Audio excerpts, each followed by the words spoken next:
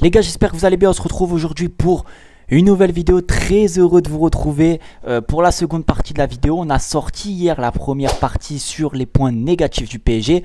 Aujourd'hui, vidéo peut-être un petit peu plus révélatrice pour les Parisiens, parce qu'on va parler de leurs points positifs. Parce que oui, il y a des points positifs dans cette équipe du PSG, il n'y a pas que des points négatifs. C'est une équipe dangereuse qui est quand même en quart de finale malgré tout, même s'ils ont passé une Real Sociedad malade, ils sont quand même là, ils ont sorti du groupe de la mort. Faut quand même s'attendre à une équipe compliquée.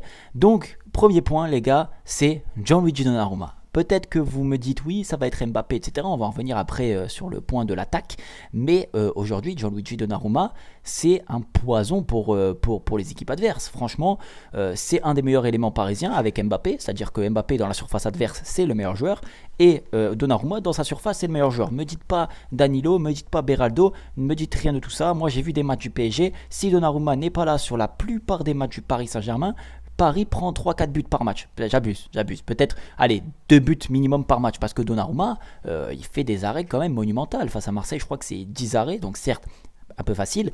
Mais sur la plupart des rencontres, c'est des arrêts quand même où il faut aller les chercher. Où franchement, il maintient le PSG. Et quand on voit le PSG qu'on a dit hier, qui subissait beaucoup d'occasions, et ben c'est Donnarumma qui souvent sauve les meubles dans ce match. Et qui maintient le PSG, qui ensuite fait la différence, bien sûr. Voilà, il n'y a pas que Donnarumma qui sauve, il y a aussi une équipe derrière. Mais je trouve quand même, et il ne faut pas être de mauvaise foi, mais c'est la réalité, le PSG subit des occasions et Donnarumma est étincelant. Donc ça, c'est un gros point positif pour le PSG. Si vous voulez aller loin dans une compétition, de toute façon, il faut un grand gardien. Et vous regardez sur les équipes qui restent, Gianluigi Donnarumma, c'est un très grand gardien. Ter Stegen, c'est un très grand gardien. Au Bayern Munich, on a Neuer, bon il s'est blessé, mais ça reste un très grand gardien. À l'Atlético, au Black, c'est un très grand gardien. Il y a qui d'autre aussi? City, bon Ederson, c'est un super gardien. Donc si vous voulez aller loin, il vous faut un gros goal, un gros gardien qui fait des arrêts, des parades intéressantes au bon moment. Et c'est le cas. Donnarumma fait des grosses parades, maintient son équipe toujours en vie. Et c'est un gros point positif pour le PSG, surtout cette saison. Je trouve sur sa ligne, il est étincelant. Il commence en plus à progresser au pied. Donc voilà, va falloir vraiment être tueur devant la cage pour Lewandowski, pour tous ces joueurs là, parce que lui, si on lui tire dessus, si c'est un petit peu trop facile, il va les arrêter et ça va être très compliqué d'aller chercher même les seconds ballons il en laisse pas beaucoup. Voilà. Ensuite, le deuxième point les gars, c'est le jeu de transition. Saison, le PSG s'est vraiment réadapté dans son style d'approche offensive. Je trouve que Luis Enrique il s'est dit bon, ça va être compliqué d'avoir la possession de balle et de se créer en fait la possession autour, enfin de se créer des occasions autour de la possession. Donc il a réinventé avec les joueurs qu'il a eu avec lui, et tout simplement jeu de contre-attaque, jeu de transition rapide avec Dembélé, Vitinha, Fabien Ruiz qui distribue très bien, et ça crée souvent du danger dans la zone d'action du Paris Saint-Germain. 44% c'est au milieu de terrain, donc on va dire dans la zone de préparation, mais il y a quand même 30% de zone d'action dans les 30 derniers mètres. Ça veut dire que quand même le Paris Saint-Germain passe énormément de temps dans la zone offensive des adverses. Alors bien sûr, ils ont des occasions, mais il n'y a pas énormément de temps de possession dans la zone adverse. Sinon, il y aurait eu plus de pourcentage dans cette zone-là. Et révélateur aussi sur les côtés utilisés, je ne sais pas si vous voyez très bien, mais 34% sur le côté gauche utilisé pour le PSG et 40% sur le côté droit. Seulement 26% au milieu de terrain. Ça veut dire que le Paris Saint-Germain, sur les récupérations de balles, va directement sur les côtés.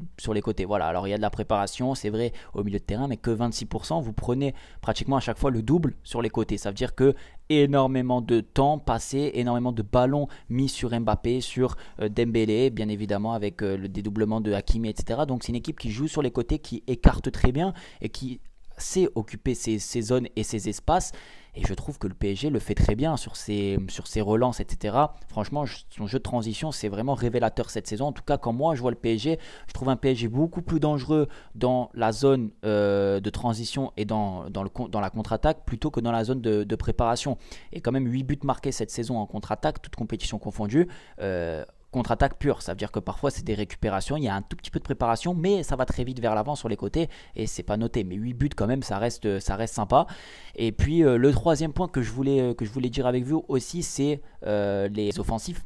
Les offensifs, on peut pas aujourd'hui dire que le PSG n'est pas une équipe qui marque des buts ou quoi que ce soit. Va falloir s'attendre à peut-être des buts du côté PSG, parce qu'en 41 matchs cette saison, ils ont mis 99 buts. Je sais pas si on se rend compte, 8 buts 8 matchs en Champions League, 13 buts. Voilà, 5 matchs en Coupe de France, 20 buts. Alors, Coupe de France, on va pas trop compter, c'est vrai. Mais plus Champions League, quand même, 8 matchs, 13 buts.